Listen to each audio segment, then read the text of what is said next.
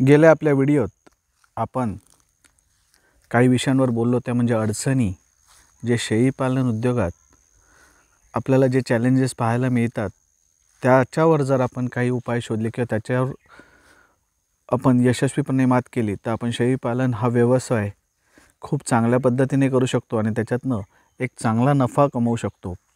कुठल्याही व्यवसायातलं ज्ञान हे आपल्याला त्या व्यवसायात होणारा नुकसान टाळू शकतं, तसेच त्या व्यवसायातून आपण जास्तीत जास्त नफा कमवू शकतो।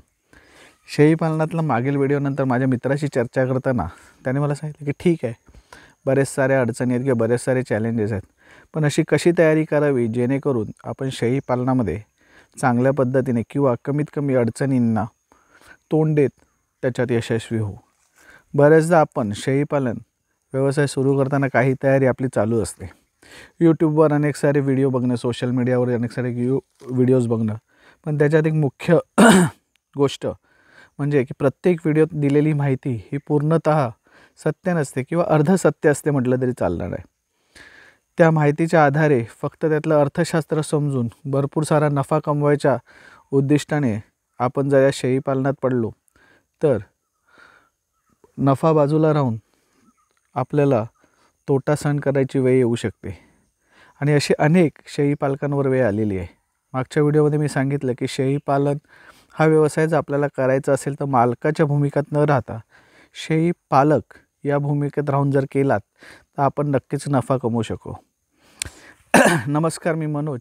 आपल्या या व्हिडिओमध्ये आपण आज बोलणार आहोत की आपण जर शेळी पालनाला सुरुवात करत आहे आणि आपला काही झिरो बॅकग्राऊंड आहे शेळी पालनातली, तर आपण काय करावं। शेळी पालनात मुख्यत्वे शेळी हा एक विषय, दुसरा विषय म्हणजे त्यांचा फूड किंवा त्यांचं फीड, तिसरा विषय म्हणजे त्यांची शेड आणि चौथा विषय म्हणजे त्यांचं हेल्थ। सगळ्यात पहिले आपण जेव्हा शेळी पालनाचा विचार करतो त्याच्यातले व्हिडिओज बघतो, भरपूर सारा नफा पाहतो आणि हा व्यवसाय सुरुवात करायचा विचार करतो, त्याच्यानंतर आपण काही तयारी ही स्वतःहून करत असतो। त्याच्यामध्ये भरपूर सारे व्हिडिओ आपण यूट्यूबवर पाहत असतो किंवा सोशल मीडियावर पाहत असतो। दुसरी गोष्ट हे करून झालं की आपण जवळपासच्या किंवा आपल्याला ॲक्सेसिबल अशा ठिकाणच्या गोट फार्मना भेट देत असतो। या दोन गोष्टी सर्वच जण करत असतात, पण याच्यामध्ये मी जो विचार करतो आहे तसं तर थोडंसं आपण अभ्यास किंवा आपण तयारी केली तर आपण चांगल्या पद्धतीने शेळी पालन करू शकू किंवा अडचणी कमीत कमी आपल्या व्यवसायामध्ये उद्भवतील। पहिली तर गोष्ट, जसं आपण करतो आहे की यूट्यूबमधले सगळेच व्हिडिओ पाहून सगळ्याच गोष्टी काही योग्य नसतात। दुसरी गोष्ट, जर फीड आपण सर्व काही बाजारातनं घेतलं तर तो अतिशय खर्चिक विषय होतो।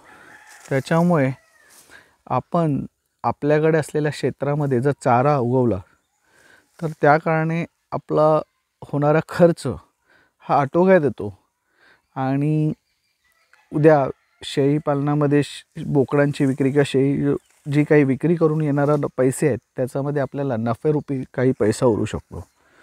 दुसरी गोष्ट म्हणजे शेड बांधताना आपण जेव्हा अनेक साऱ्या विजिट्स करतो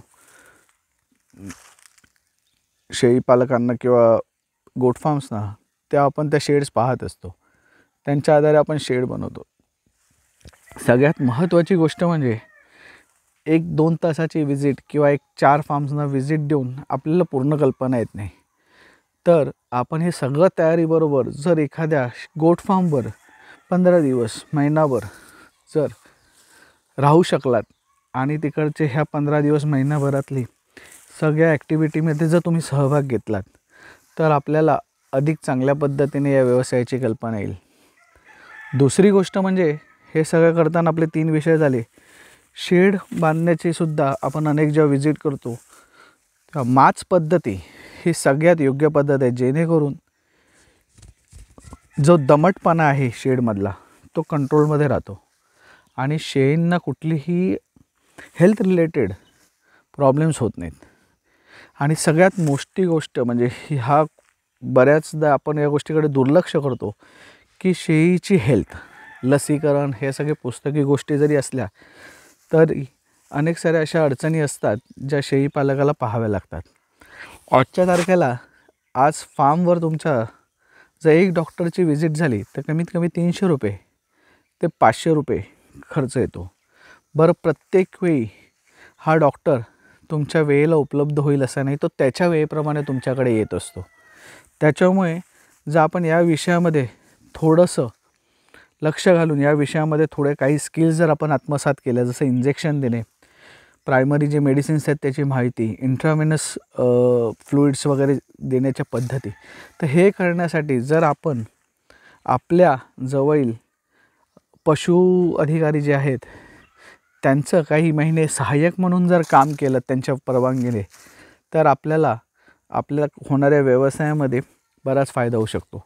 तसेच ह्या स्किल्स आपण शिकल्यामुळे आपल्या शेजारचे आजूबाजूचे पशुपालक जे असतील त्यांनाही तुम्ही प्रसंगी मदत करू शकतात.